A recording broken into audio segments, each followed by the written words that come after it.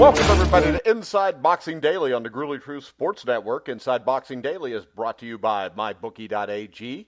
You can click on the banner at the top of thegruelingtruth.com to get up 100% cash bonus up to your first $300 deposit. Or you can go straight to MyBookie.ag and use the promo code TGT100. Of course, our friends at Retired Boxers Foundation, Alex Ramos, Jackie Richardson. And Alex, I know sometimes I say Ramos, sometimes I say Ramos. I'm just figuring I'm right at least every other night that way. All right, guys, I am your co-host, Mike Goodpaster. Right now, I'd like to welcome in my co-host, Jeremiah Preisser. How you doing, Jeremiah? I'm good, man. Let's get the ball rolling. All right, so let's start off with this. I know that you're in love with Vasyl Lomachenko, and he's going to fight Luke Campbell. It looks like August 31st in London. How pumped up are you for that? Oh, dude, I'm jacked. No, I mean, I like Luke Campbell quite a bit. I've been following him for a while now. I mean, I thought he was obviously he was a damn good Olympian. He won a gold medal. I don't know. I just like the guy. I mean, he's got a cool demeanor. He's a family man. He's well spoken. He's not a jerk or anything. I think his skills have gotten a bit sharper. I mean, and he fought, Jorge Linares tooth and nail. So I'm trying not to be – I know I sounded pretty cynical in our weekly show about this fight, and I'm slightly less cynical, if only because Lomachenko winning this fight, and I hate the alphabet soup nonsense. I really do. But it gives him more leverage in a future fight with maybe Mikey Garcia, maybe Gervonta Davis. What I like about it is the fact that if he wins, which is very likely, he's just one step closer to having all of the trinkets. And again, I don't really care about that stuff. But again, we got to acknowledge that, Mike and I and John, we're not really trying to work within the same framework that these fighters are. So it makes sense on their level to shore these things up. And then you've got all the leverage when it comes to negotiations and yada, yada. It's like, for instance, if Gervonta Davis wanted to move up and trinket snatch, he couldn't. He couldn't target the weakest link of them all. He would have to fight Vasyl Lomachenko. Granted, Lomachenko stays there. Again, I think he even acknowledges he seems pretty truthful, and he acknowledges that 135 is not his best weight division. But it's one of those things like him having all of the titles under his belt. As weird as that kind of sounds, but him having all the titles makes some sense. So the fight, it's better than Crolla. I think John was pretty cynical about that too. I think Campbell's a clear notch above Anthony Crolla. I would have favored him to beat Crolla had they gone head to head. So it's not a terrible fight. My only problem is that I think this is only going to be the second fight of Vasyl Lomachenko's year. And it's going to be Crolla and Campbell, and that doesn't do a whole lot for me. Yeah. All right, let's move on because it does nothing for me. Murat Gassiev looks like he's going to move up to heavyweight on July 27th with an opponent to be determined. I'm sure we'll see the name Manuel Chara pop up at one point. I hope so. What do you think Murat Gassiev's shot is here? Because I think that he showed in the past that he struggles when his opponents throw a lot of jabs, power shots. He just tends to cover up and wait for his opponent to stop punching. I don't hold out a lot of hope for Gassiev. Yeah, I mean, the thing is that he was outworked by Alexander Usyk. Usyk, the thing that's different about him compared to other heavyweights is that his foot movement is very good. He gives you a lot of lateral movement. He sticks the jab in your face. But if you look at his work rate, Usyk can throw 800-plus punches in a fight, which is a damn good rate for a guy that, of his size. So I'm not that cynical about his prospects. A lot of heavyweights just stand in front of you. They throw power shots. The size is obviously going to be a factor. Can he work his way inside of a good jab? That's what I'm kind of waiting to see. But a lot of these guys, I think he'll be just fine. I think he'll end up a top 10 guy at least, just because, the bottom half of the top 10 is just not very good. If you put him in against a guy like Andy Ruiz, really Gassiev is not that much smaller. In fact, he's taller than Ruiz, if I'm not mistaken, or he's just the same size. So, there are some guys, down below the bottom half of the top 10 that I think he could overcome. So I think he'll eventually crack the top 10, but he's not going to be one of the top guys. I mean, a guy like Joshua is just too big, too versatile. Obviously, if Usyk performs admirably, he's not going to be Usyk ever. Well, actually, he could beat Usyk potentially, but that would be many, many years down the road, and that's just because he's significantly younger than Usyk is. I think he's about 6-7 years younger, something like that. Might be slightly less. That's the only way he'll ever overcome him. Tyson Fury's just too big. So I think his prospects are all right, but he's not going to end up being the man. But because of his style, I think he'll provide some excitement. All right, we have a comment on this from @Sackmeister. He says, "Hey, Hearn is moving all these little guys up to shield Joshua. Have bums fight Joshua. It's a setup. Hearn is desperate, so these clowns, Usyk and this one moving up to heavy. Next up, Joshua versus Garcia. The excuse Wilder don't want to fight, just wait, it's coming." Well, this is the problem with the politics, and we talked about this off air, is that Joshua can make a boatload of money fighting whoever he wants for many, many years now. I mean, I think Joshua's oddly popular. I understand that he won a gold medal, and a lot of times it endears him to a nation of people just because he's already a face. I mean, but you got to go look back at the win itself. His gold medal win was questionable, and some of the comments that he's made outside of boxing. I mean, I know he plays the nice guy and whatnot, but some of the comments he's made outside of boxing, it strikes me as odd that he's as popular as he is. But the fact remains that he could make a boatload of money fighting anybody he wants. And I can't. I mean, I wouldn't agree at all that Usyk is just a guy to put in front of Joshua to stay busy to avoid Deontay Wilder. I really don't think Joshua's afraid of Wilder. To me, especially after watching Tyson Fury, where the vast majority of people thought that he won, I don't see anything particularly intimidating. I don't think any of these guys are that intimidated, but they're playing the long game, and it sucks because we got to wait it out, and that's why I hope some of these guys get knocked off. I would like to see one of these guys get upset just because it throws a wrench in things. Yeah, I'd like to see all three of them get upset, and I think it's possible, but maybe not with that fat ass fighting Joshua, because, come on, Andy Ruiz. And we talked about this off air. When's the last time you saw a fat guy win the heavyweight title? Yeah, exactly. Well, it's just not going to happen. I mean, Anthony Joshua, I've found that people have been giving Ruiz a bit more credit than they deserve on social media. I think you're just hoping. I think that's exactly what it is. Well, and this is the problem is, we're all sitting here. A lot of us find ourselves rooting for the underdogs just because we're sick and tired of them, waiting it out. And this is what folks have to understand as well. I mean, you can sit here and say that so-and-so doesn't want it. Eddie Hearn's shielding the guy. Deontay Wilder's ducking. He turned down the biggest payday of his life, yada, yada, yada. Tyson Fury and Bob Arum they got their own. They're all making the decision not to fight right now. Exactly. That's the problem. I mean, and it sucks because a lot of us do find ourselves rooting for one of the underdogs just because they're all waiting it out. It's just nonsense, man. I mean, it's become par of the course to just marinate until you can cash out. And we see what that turns into, with the Manny Pacquiao and Floyd Mayweather fiasco. Yeah, it ended up making record-breaking amounts of money, but it was also horrible for the media. They treated him like shit. The fight ended up being a dud, and it left a bad taste in a lot of people's mouths. Actually, if you remember, whoever watched the Cotto Canelo pay-per-view, it was on pay-per-view if I'm not mistaken. Yeah. They attributed some of the bad numbers to the Mayweather Pacquiao thing. That people are just kind of fed up with it temporarily. Well, see, I think that kind of killed it because you followed that up 2 years later with McGregor and Mayweather.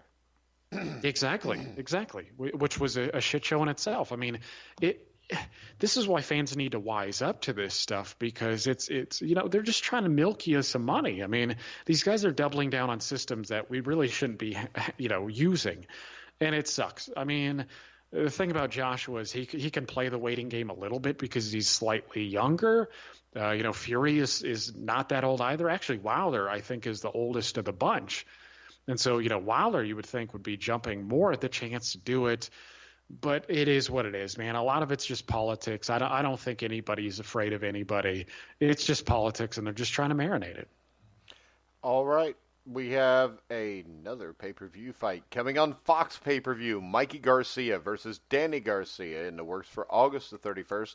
I think it's safe to say here that Garcia will win, and I think that'll be Danny because Mikey looked pudgy and slow against Errol Spence, and I don't have a clue why the hell he's staying at this weight when he could drop down to 135 and fight Lomachenko in a fight that would make him a lot of money. Of course, I'm sure this will too, but I just don't think, from what we saw in his fight against Errol Spence at 147, I don't think there's any way he can win this fight. Yeah, I don't think he's winning either. I mean, I'm not going to say he's that outgunned to where he has no chance, but it seems like, and I'm gonna say what you said earlier, and again, this was off air as well. Yeah, we do talk off air. Funny enough. Yeah, most of the stuff we say off air we'll never repeat on here, though. But go ahead, Jeremiah. Yeah, exactly. Yeah, you guys want to hear that stuff, but no, it's one of those things like Mikey Garcia he's sounding a bit like Bob Foster at 175, where he thinks he's going to win the heavyweight championship. That was my comparison, Jeremiah. I just said that. I was quoting you. You said we were talking. Well, I don't know. I don't pay attention to what you say, but go ahead. Okay, yeah, no, but I did say that I was stealing this from you because it's a good point. I'm giving you credit. It's not like I didn't hear that part. I was reading stuff. You gotta listen in, man. I was hoping for an Aragon Garcia article. We haven't had one in like a week.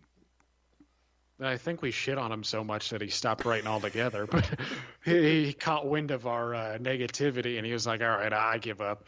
He's probably crying to Mauricio Suleiman and just whatever, man. He's probably getting a writer's, alphabet belt or something. But my thing is this, is that Mikey Garcia has these delusions of grandeur. He even said after getting beat up by Errol Spence that he was going to win a trinket at 147.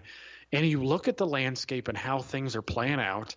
Mikey Garcia is obviously playing on the PBC side of the aisle, though he is more of a free agent and he can do whatever he likes. But Mikey Garcia wants another trinket in another division because he wants to lay claim to something no Mexican, and again, I know he's American, but he also, is that dual loyalty like a lot of people, where, he wants to be the first Mexican to win titles at 5 divisions or something? What is it, 126? But he's not a Mexican. Well, he is ethnically, but this is. But he's not a Mexican. Right. If I won the heavyweight championship, I would be the first German to do it since Manuel Char. you could say that. I mean, if but it's not true. I'm born. So, go ahead. Well, it's a bit more complex than that. But my thing is, it's not for me, but it is for him because if he tries to act like he's a Mexican, he'll make more money. Yeah, well, and that's the angle they can play with this fight too, a Puerto Rican versus a Mexican. And that's all good and well. Whatever you got to do to sell tickets, I don't really care when people get all bent out of shape about some of the shit talking that McGregor did and all these other people did. Honestly, I don't even care about any of that. It's just the vast majority of the time when they're done, running off with the mouth of all these ridiculous things, they sit there and hug and act like they're best friends the whole time. I mean, it's not real bad blood. It's just to sell tickets. But here's my thing, is that Mikey Garcia has delusions of grandeur. He thinks he's going to win a trinket at 147. The problem is that he's being boxed out because, as we've talked about over and over, even on the last show, is that Errol Spence is going to fight Sean Porter. Okay, that's going to be a quote-unquote unification bout. Okay, so there's one last title that Garcia can target. Thurman is fighting Pacquiao, so obviously he's taken up. And then you're going to eventually have the winner of Spence and Porter versus the winner of Thurman and Pacquiao. And they're going to unify, and eventually you're going to get the Crawford fight. Is it impossible that Errol Spence gets one of the winners? No, I don't think so, but I do think it's improbable. Garcia just doesn't seem like he's really in the mix of things unless he wants to wait it out. But I think we both know that that's a bad idea. Physically, he just doesn't belong at 147.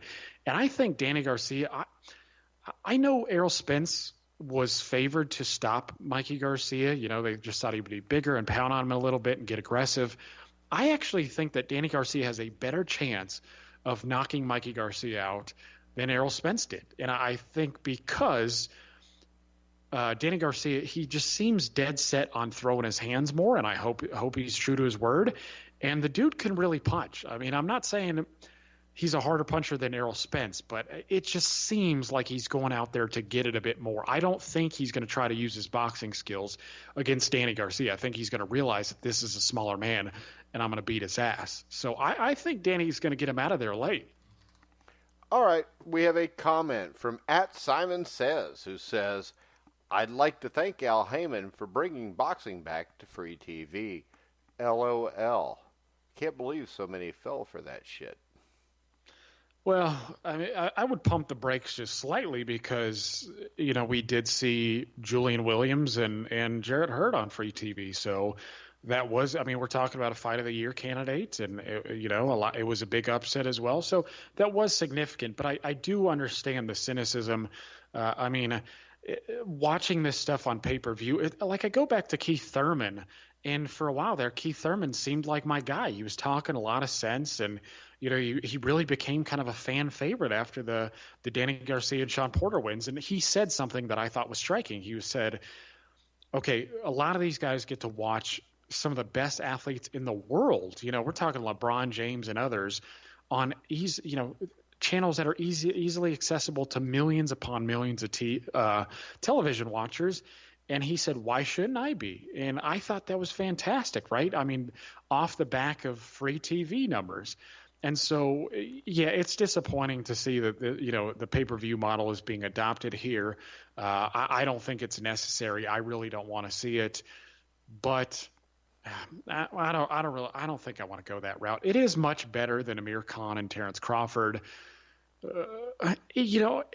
And again, I wouldn't hate it if they stacked the undercard. I mean, put real good fights on there from top to bottom. But yeah, I want to see it on free TV. I mean, you want to get this stuff in front of viewers, and that's the best way to do it. All right. I've had enough of this present day stuff. You ready to go a little almost on this day? Let's do it. Let's do it, man. All right.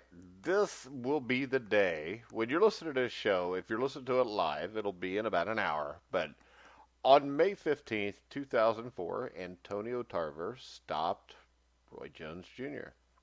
The question that we have tonight is this. What happens if Roy Jones Jr.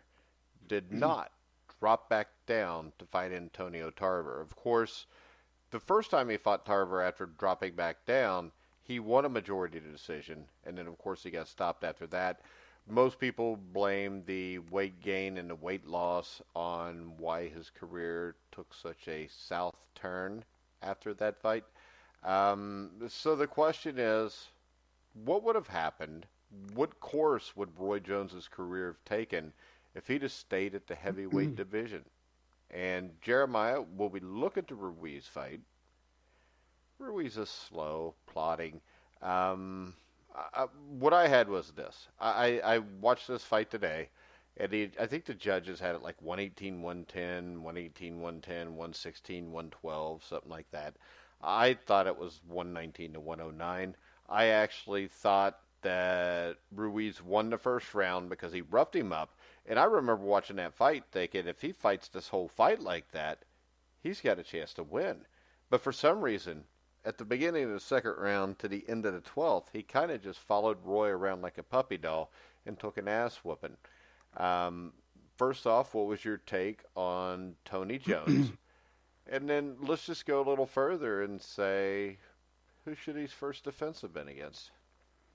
Okay, so yeah, you mean you said Tony Jones, but yeah, you meant Jones Ruiz. Yeah, whatever. Nobody cares about John Ruiz. Go ahead. Yeah, exactly. So my take on the fight, real quick, is I felt much the same way you did. That just Ruiz pretty much just followed him around and got picked apart, and Jones was able to use his speed, but he did win an alphabet trinket, and it would have been interesting to see where he would have gone, because you look at who populated the top 10 at that time, and so you look at 2004. When was the Ruiz fight? Was that late in 2003? Hold on. Let me look it up. It was March 1st, 2003. And to give people a little overview, just say 2004, the top 10 heavyweights in the world. Okay. Of course, Okay. Lennox Lewis was the champion. You had Vitaly Klitschko at 1, Chris Bird at 2, Corey Sanders at 3, Roy Jones Jr. was ranked 4th, James Toney 5th, David Tua 6, John Ruiz 7, Vladimir Klitschko 8. Of course, the immortal Fresakendo has been ranked in the top 10 since Jack Johnson and Sam Langford were tangling. And then at number 10, you had Mike Tyson. So, I think I think your first title defense here, which would make sense, would be against Chris Bird. Yeah, I mean, but I don't know if he wins that fight. I mean, common sense, if you're trying to cash out on this, your first title defense is in September against Mike Tyson, who is so faded by then. Roy Jones would have probably beat the hell out of him. Yeah, I actually think that would have been his best proposition at the time because of the novelty of the idea. I mean, we're talking about a guy who, and Roy Jones Jr., and I didn't like him at the time. I really didn't. I mean, there were just so many things about him that, like, athletically, it's like maybe there was nobody better ever. I mean, his speed was absurd. I've actually heard Steve Forbes, if everybody remembers him, he sparred Floyd Mayweather Jr. and Roy Jones Jr., and he said Roy was faster. I mean, that tells you how quick the guy was, and he was bigger. I mean, that's absolutely crazy to think about, just how big and quick that he was. But I think that would have been the best. And again, it's hard to say because of the politics, right? I mean, was Frezzo-Kenda the WBA's number one at the time? He probably was. I mean, he's been the number one for yeah, so I mean, that might have been the first defense, and then maybe we never hear from Frezzo-Kenda Well, how about again. this? What about a rematch with James Toney? Well, yeah, so I think that you're right in addressing the Mike Tyson thing first, because I know they had talked about it. Yeah, it'd be a cash out for Tyson, and exactly. Jones would have looked brilliant in that fight, probably. Oh, yeah, he would have whipped Mike's ass. I mean, they would have made huge money. It would have been pay-per-view as well. They'd have made huge money. Roy would have got a nice win, and then he could have looked to somebody tougher. I think that makes a bunch of sense. But, of course, it's tough to say with the politics and whatnot, whether he was able to take whether he had to have a mandatory, whether, voluntary was up next. Again, it's tough to say with all the politics. But I would have loved to have seen him fight Mike Tyson at that time, and then in 2004 take on somebody like, maybe James Toney in a rematch. I know James would have taken it. Chris Bird would have been cool. Anybody in the top 10, really, I think – would have been just fine, but I think Toney. I don't. I think this. I think Vitaly Klitschko would have been a really bad matchup. Well, the Ring had him as the champ. Big. Not in 2004. Yeah. The Ring magazine 2004 May edition still had Lennox Lewis. Oh, interesting. So then it must have been. Because I mean, you must be looking at the magazine itself, because I'm looking at the Ring annual ratings, which only go to who was the champion at the end of the year. Yeah, so 2005 is Klitschko, so he would have been during that year. So you figure Klitschko, or you figure Lewis is out. When I look at this, I mean, he could have got away with maybe Monty Barrett could have defended against him, but the problem I see with this is eventually he's going to have to fight somebody that's going to be too much for him. But my other question is this. Do you think that he was already slipping when he moved up, or do you think that weight loss was the main culprit here? No, I think he was already slipping. I think he had been slipping for years.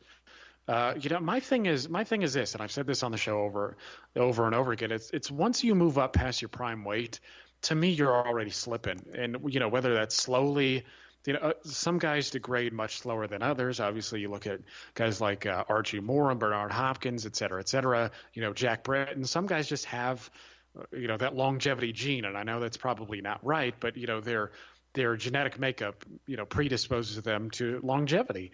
And I think Roy Jones had been slipping for years, but he was just so much better than everybody that it didn't really show up. But he wasn't fighting the greatest fighters in the world at light heavyweight back then either.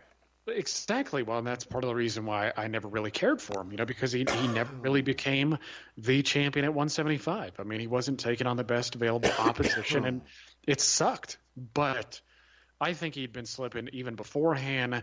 But you already mentioned that, it's like a lot of people forget that Roy Jones moved it back down to 175, and he did beat Antonio Tarver in the first fight. And he actually, they had a third fight as well, and Roy Jones ended up going the full 12 rounds in that one as well, though of course he was more cautious and obviously more cognizant of Tarver's power and didn't really commit. But yeah, that's my thing, is I thought he was slipping years beforehand, and I actually think that staying at heavyweight would have been his best bet because you can get away with it for longer. Yeah, and really, if he was to take a Tyson fight in September or October, followed up with a Tony fight in like May or June, and then finish out the year with a Freza Kendo or a Monty Barrett, for a year and a half, he could have paraded around as a portion of a heavyweight champion.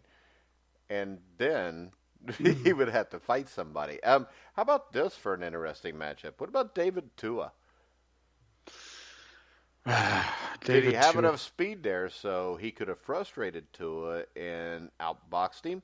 Or does Tua eventually catch him?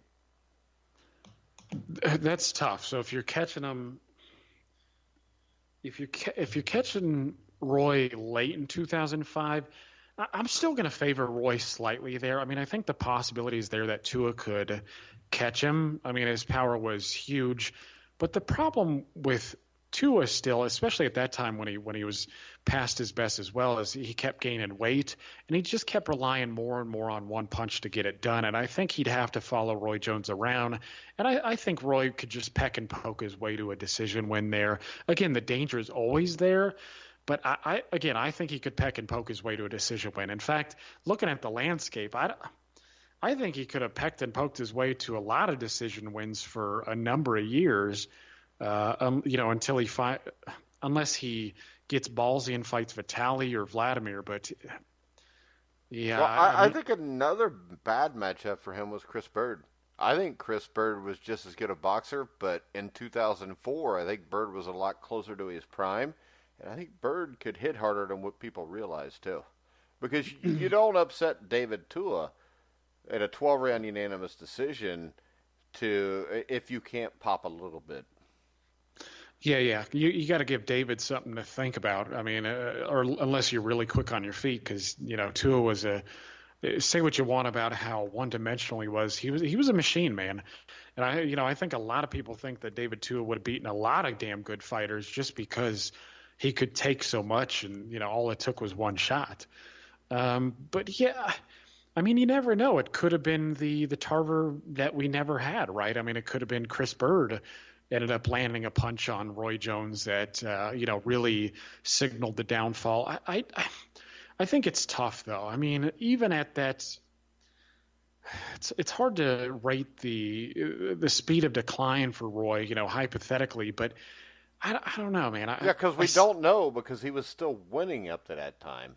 Exactly. He had fights like Eric Harding, and what was the one guy, Julio Cesar Gonzalez, who he struggled with that kind of told me he was done that way down. I think the guys he has to stay away from, Vitaly, I think, would have destroyed him. I'll tell you another one that I think he'd have had to stay away from was Corey Sanders. Yeah, because Corey was a tough guy. Yeah, Corey only got to hit you once. So he was kind of like the white South African version of Ernie Shavers. He wasn't a great fighter, but he could knock somebody. Anybody he hit, he could knock out. Yeah, I agree. But it's there's a lot of nuance, I think, to all of these because, like Corey Sanders, like a lot of heavyweights, he wasn't always consistent in his stamina. So it's like if Roy could stay away for a while and, get Corey Sanders tired and throw that lead right hand. He might be able to decision him too, but it's tough. I mean, you look at how good Corey Sanders was, and I mean, even in the first 2 rounds against Vitaly Klitschko, I mean, Sanders arguably hurt Vitaly. He landed some good left hands there. He could counterpunch a bit. His straight left hand was deadly, and it was technical too. He wasn't one of those guys who threw, wide shots. This is one of the things I found in my old Ring magazine was the fact that following the Klitschko fight Corey Sanders had where he upset Vladimir, there were, from what I've read, serious discussions about a unification fight with Roy Jones Jr., but Jones lost interest when the WBO told Sanders that he would be stripped of the title if he fought Jones. And Roy Jones's quote was, "Why would I fight a guy who's 6'4", left-handed, and hits like a motherfucker, and he doesn't have a title?" Yeah, I mean, that was kind of Roy's outlook on things, wasn't it? Well, I mean, it's true, though. I mean, hell, why else would he fight Corey Sanders unless he's trying to get a part of that title? Because, I mean, Corey Sanders was way too dangerous to mess with.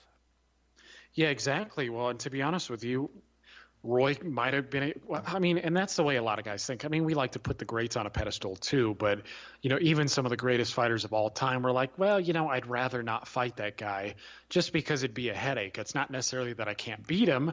It's just maybe he won't sell tickets, or, maybe it's just a tougher match than I need. Yeah, you never know. Or maybe he's just going to stink out the joint. I mean, like we've talked about with Canelo and Demetrius Andrade. So the thing about Roy and Corey Sanders, though, is Roy, to me, only needs to have about 4 fights, and then he doesn't. Corey Sanders is probably not even in the rearview mirror, because Corey Sanders, after he lost to Vitaly, he was pretty much a non-entity after that. So if Roy was lingering around, he probably doesn't even need to get him. Yeah, I mean, it's a tough styles matchup, but I think he could have just waited him out if he wanted to. I don't know. I think Sanders would have been tough for him, though, just because one shot, and it's not like Roy had the greatest chin of all time. And I know people think it was just because he was old that he got knocked out, but, Ali got old, he could still take a punch. So I just wonder if the reason we never saw that Roy couldn't take a punch early in his career is because he was unbelievably fast. And I don't remember... I don't even know if I remember a time where Roy in the 90s even got really tagged by anybody. Do you?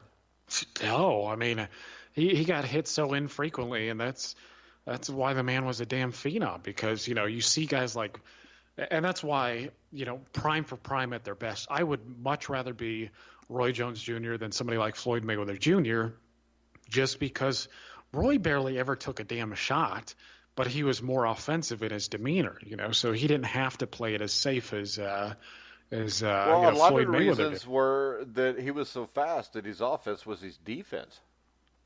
Yeah. In a lot of cases, because he just overwhelmed guys a lot of times. I mean, if he sat down and decided to just go after your ass, he was going to get you. Yeah. Well, I mean, and he's you could just tell that he was phenomenal talent. I mean, the dude put his hands behind his back and knocked a dude down. I mean, he did all sorts of fancy maneuvers that you're not supposed to get away with, did all sorts of unorthodox things that, the average guy couldn't get away with. I mean, he's really phenomenal talent, but I think that if he played his cards right, he probably could have went undefeated at heavyweight. And I don't know. I think he would have carried on too long regardless. So I'm going to retract that statement. I think for a year and a half to 2 years, the people were there that he could have been all right. But then again, the question is this. Do you really think losing the weight in a 6-7 month period was his downfall against Tarver? Because if you think about that, there's not too many guys on this top 10 list that I think Antonio Tarver would beat, and he knocked him out in 2 rounds. Well, but here's the thing, though. Again, it's a lot of people seem to be forgetting that, he lost weight, but he had a decision win over Antonio Tarver before he even, got knocked out. So it's not like he didn't get acclimated.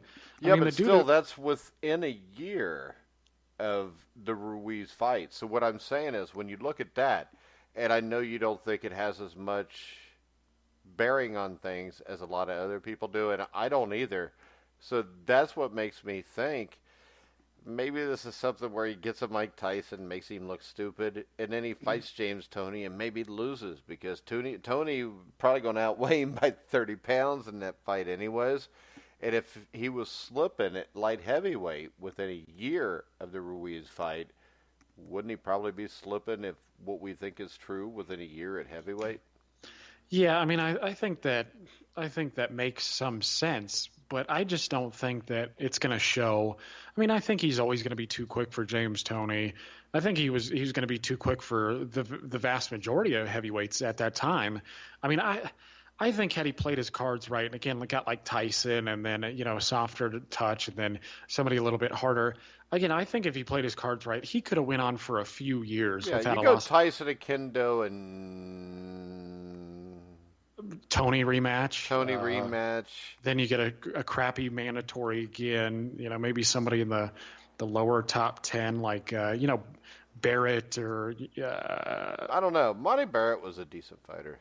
He was. I mean, maybe. And if you do that 2 years after, and Lamont Brewster, I think, would have starched his ass. At least a Lamont Brewster that's in shape. Well, I think 2006 would have been when I really start worrying about his prospects, and I just think the division started heating up a little bit. I mean, Peter's not great, but somebody like Lihovic was actually pretty good, but Chagayev. Chagayev was a damn good boxer. Yeah, well, and he was a southpaw. That kind of fits into the narrative too. I think around 2006, even if he plays his cards safely, I think 2006 is kind of when he starts hitting the wall. Just because I think the bunch is getting a little bit better, it's getting a little fresher. I mean, he's not messing with Vladimir Klitschko. I don't know. Moskaev is pretty robotic. Sam Peters pretty one-dimensional as well. But yeah, I don't know, man. Yeah, but at some point, if he hangs around there long enough, doesn't he almost have to fight Klitschko at some point? Yeah, right. I mean, you would think that, and especially because if he was to run that out for 2 years and he beats a Tyson and stuff, that fight would have been so enormous that he almost would have had to take it because of the money. And we know Roy likes money. Yeah, he'd have to cash out, get blitzed by Vladimir. Maybe. I mean, I don't think there's a chance at a point he's messing with a guy like Vladimir. I mean, thinking about the way that knockout would have been. I mean, I watched anybody who followed his career watched the Glenn Johnson fight, and saw the right hand that he landed and the way Roy Jones fell after that. I mean, oh yeah, that would have Klitschko might have punched him, outside the ring. I mean, that would have been devastating. But yeah, maybe you're right. I mean, maybe after the Tyson win, he wants to cash out and he gets Vladimir. I mean, there's a lot of ways that he could play out. I mean, Roy wasn't always. How about this? What about Roy against Nikolai Volyev? Because I think Roy would have beat Volyev even in 2009. Yeah, I was never that big on Roy. I mean, I haven't. Volyev sucked. Come on, an almost 50-year-old Holyfield beat him because Holyfield landed a punch and Volyev didn't. But they fought it in Germany, so Volyev got the decision. Yeah, a bit odd how that works, huh? But yeah, no, maybe you're right. I mean, but yeah, no, I mean. The thing is, Roy wasn't always keen on taking the biggest chances. So, maybe he might have lived off the Tyson Fury or the Mike Tyson win. And, just, again, he could have just played his career out safely if he wanted to. How about this question, Jeremiah? Because we had John say the one time that this heavyweight crop could be as good as the 90s. How about this? 2007, Ring Magazine Top 10. Vladimir Klitschko, Sam Peter, Oleg Moskaev, Ruslan Chagayev, Sultan Ibragimov, Sergey Liahovic, Alexander Povetkin. That's a deeper division than what we've got now.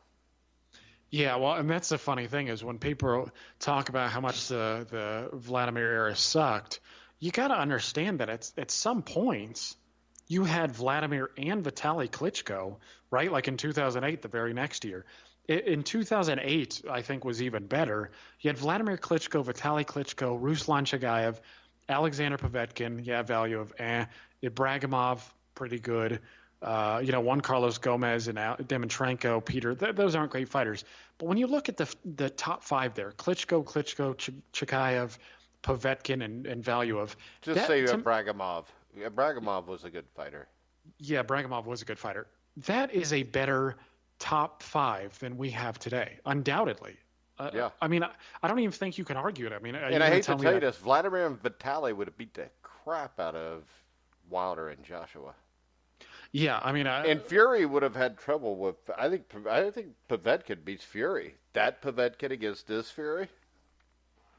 Well, I mean, we see, how if we're talking about a younger Vladimir Klitschko against Anthony Joshua, I don't think a lot of people would disagree that Vladimir gets him, right? I mean, actually, Michael Montero brought up this point in one of his podcasts. If we're talking about a prime Vladimir Klitschko, that punch isn't landing high on the head, the first knockdown. Hit him in the chin. And he's done. He's not. He's not getting up from that. I mean, you telling me Vitali, beats or Deontay Wilder beats Vitali or Tyson Fury beats Vitali. I do think Tyson Fury would be the toughest styles matchup because of his size. But dude, I don't. I'm telling you, man. I mean, Vitali and Vladimir are two damn good fighters. I don't see any of these guys on that level. And so is Povetkin, Chigayev. I think a Povetkin of 2008 or 2009 would start all three of these guys. Well, I mean, Povetkin was pretty. He was fairly even 10 years later against Joshua through 6 rounds. Yeah, exactly. I mean, we're talking about a better Povetkin at that point. So. And Bragimov too. I think Bragimov is more proven than Luis Ortiz. I mean, maybe in terms of skill, you could say. I suppose you could say that Luis Ortiz is possibly better, but to me, Bragimov proved more. I think Bragimov was pretty damn good. His problem was he just was too small to be dealing with Vladimir. Yeah. But I mean, he did go some rounds, so I got to give him that. But yeah, I do think the crop is underrated. Yeah, I mean, it wasn't for very long, because Vitali was in and out with injuries, but that's a pretty damn good crop, if you ask me. It's a lot better than what we see today, if you ask me. And I think Bragimov would have beat most of these guys also. He wasn't as big as them. He was 6'2", but, I mean, this is a dude that... Didn't he win an Olympic medal or something? I don't remember. I think he did. I think he won like a silver medal in... I think it was 2000, because you remember the great Cuban Felix Savon? Yeah. Because me and Chris Shelton did a show about those great Cuban boxers. And Felix Savon, I think his last gold medal, he won against Sultan Ibragimov by a decision. Yeah, you're right. I mean, it was 2000 Sydney Olympics, and I mean, was he it lost. 2000? I thought it was 96 at one point, but I couldn't. Yeah, no, it was 2000, and then actually he fought in the World Championships, which for amateur boxers is, I think he beat like Pulev or something on there, didn't he? Yeah, he beat Pulev, and then he lost to another Cuban, Orlando Solis. Yeah, again, no shame there, but he was a high-level amateur. I mean, I think Ibragimov would have beaten most of these guys. I mean, you look at Dillian White or, Kubrat Pulev. I mean, even in the pros, I would have favored Ibragimov. Again, it's not – again, there was some fluctuation because Vitali was injured, but it wasn't that bad. I think a lot of people just look down on it because the way Vladimir fought. He just wasn't that exciting all the time. Well, and he got knocked down. He had the 2 early knockouts, which people, I think, read way too much into. Because I saw Lennox Lewis get knocked out a couple times, too.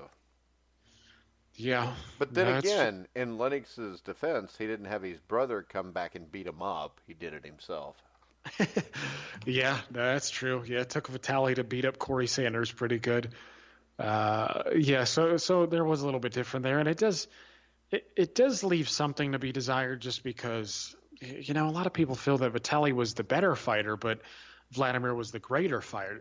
It's Vladimir he stayed consistent and ended up, carving out a greater legacy, but Vitali looked like he was probably the better of the bunch. But Vitali was better. Vitali could take a punch. Yeah, exactly. Well, he was. I thought he was craftier. And he wasn't as safety conscious because he could take the punch. I Right. mean, I think the majority of Vitali, if not all of Vitali's, did Vitali have anybody go to distance with him for the title? Yeah, yeah. Uh, Actually, Chris Ariola went the distance with him. He did. Yeah, he did. Yeah, I mean, Yeah. he got his ass beat, and he was crying in the post-fight interview. I'm not kidding, man. I He's remember. always crying or saying "fuck" in a post-fight interview. Yeah, we're talking about what he's gonna have afterwards or something. It's, what he's gonna eat afterwards. I don't know. But I remember distinctly that he was crying after that. Said that he gave his all, but he took a horrible ass whipping in that fight. Vitali also, damn, who else went 12?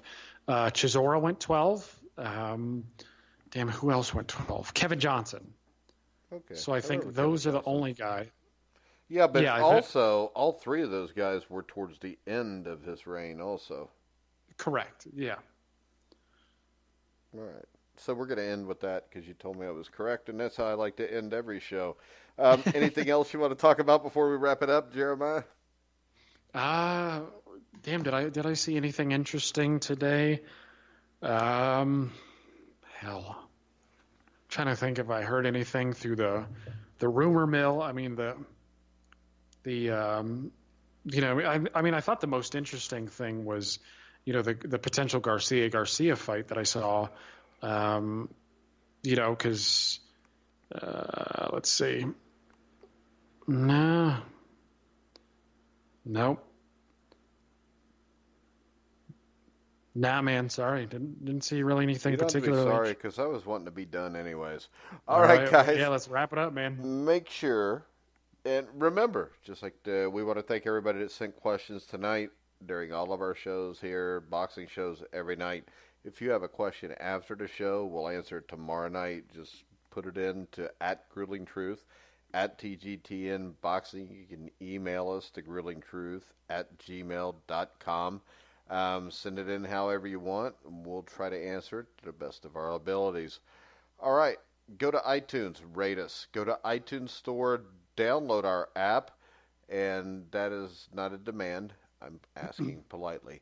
You can hear all of our shows on iHeartRadio, iTunes, TuneIn, Spreaker, Stitcher, Spotify, Zeno Radio, wherever you find sports podcasts, you'll find the Grueling Truth. So for Jeremiah Preisser, I'm Mike Goodpaster. You've been listening to the Grueling Truth, where the legends speak.